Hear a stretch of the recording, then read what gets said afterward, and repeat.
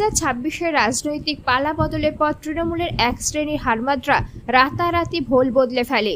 কপালে গেরুয়া তিলক, মাথায় গেরুয়া ফেট্টি বেঁধে তৃণমূলের নেতা কর্মীদের ঘরবাড়ি ভাঙছে।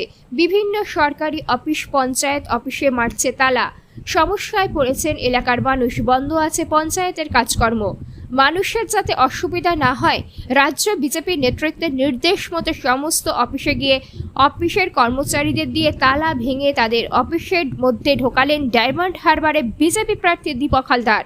পঞ্চায়েতে তালা খুলে দেওয়ায় খুশি এলাকার মানুষ। তালা মেরেছিল তৃণমূলের যারা হারমাদ বাহিনী, যারা নতুন বিজেপি সেজেছে, মাথায় গেরুয়া ফেটটি বেঁধে, গেরুয়া তিলক এঁকে, গেরুয়া আবির খেলতে খেলতে এসে এই ধরনের জঘন্যতম কোনো কাজগুলো করে আমাদের বদনাম করার চেষ্টা করেছে।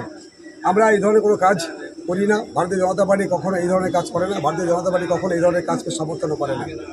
তো আজকে আমাদের বলতে চাই, আমরা এলাকার আপনাদের মাধ্যমে এলাকার মানুষকে বলতে চাই, পশ্চিমবঙ্গের মানুষকে বলতে চাই যে তৃণমূলের যারা হারমাদ বাহিনী, যারা দীর্ঘদিন ধরে আমাদের উপর অত্যাচার করেছে, নিপীড়ন শোষণ করেছে, বঞ্চনা করেছে, আমরা 21-এর নির্বাচনের পরে আমরা দেখেছি দিকে দিকে আমাদের কর্মীদের যেমন ঘর ভেঙেছিল, শারীরিকভাবে নিগৃহীত করেছিল, আমার বোনেদের মায়েদের উপর অত্যাচার করেছিল, আমাদের কর্মী সাধুরহাটে যাকে মার্ডার করা হয়েছিল।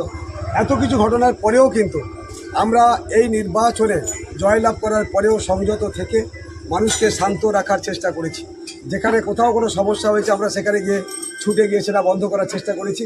আর এই যত গণ্ডগোল সবটাই করেছে কাউন্টিংয়ের দিন সকাল 8টার পর থেকে, যখন রেজাল্ট বেরোতে শুরু করেছে, যে তৃণমূলের হারমাদ বাহিনী ছিল তাদের একটা অংশ আমাদের সঙ্গে মিলেমিশে গিয়ে নতুনভাবে বিজেপি সেজে তারা এই ধরনের কর্মগুলো করেছে। আমরা এই কাজকে ঘৃণা করি, প্রতিবাদ জানাই। তাই একটা পঞ্চায়েতে বহু মানুষ আসবেন, সেখানে তাদের দায় দরকার আছে, প্রয়োজন আছে। তো সে কারণ পঞ্চায়েতগুলোকে আমি খুলে দেওয়ার জন্য উদ্যোগ গ্রহণ করে আমি এগিয়ে এসেছি বা খুলে দেওয়ার চেষ্টা করছি। পৌরসভাতেও মারা হয়েছিল? হ্যাঁ, পৌরসভায় মারা হয়েছিল, পৌরসভাও খুলে দিয়েছে। আজকে কোন কোন পঞ্চায়েত? আজকে কানপুর ধনবেড়িয়া গ্রাম পঞ্চায়েত আছে, পারুলিয়া গ্রাম পঞ্চায়েত আছে, সরিষা গ্রাম পঞ্চায়েত আছে, এবং আমি শুনলাম পরিস্থিতি কালীনগর গ্রাম পঞ্চায়েতও আছে। সমস্ত গ্রাম পঞ্চায়েত আমি খুলে দেবো এই জন্যেই, মানুষের স্বার্থে, মানুষের প্রয়োজনে। তার কারণ যে কোনো প্রয়োজনে, যে কোনো দরকারে পঞ্চায়েতে যেতে হয়, সুতরাং পঞ্চায়েত তার কার্যকলাপ করবে। কিন্তু পঞ্চায়েতে যারা তৃণমূলের হারমাদ হয়ে কাজ করেছে, নিশ্চিত তাদের ব্যাপারে আমাদের চিন্তাভাবনা থাকবে এবং আমরা তাদেরকে বলবো সংযত হয়ে যেতে, সংযত হয়ে কাজ করতে, মানুষের জন্য কাজ করতে। রাজনীতির যে কোনো রাজনীতি করতে পারে, কিন্তু তারা যেভাবে গত 5টা বছর ধরে অত্যাচার করেছে, মানে হারমাদগিরি করেছে, বাংলার মানুষের সাথে সাথে ডায়মন্ড হারবারের মানুষরা অত্যন্ত ক্ষুব্ধ। কারণ এখানে কথা বলার কোনো সুযোগ।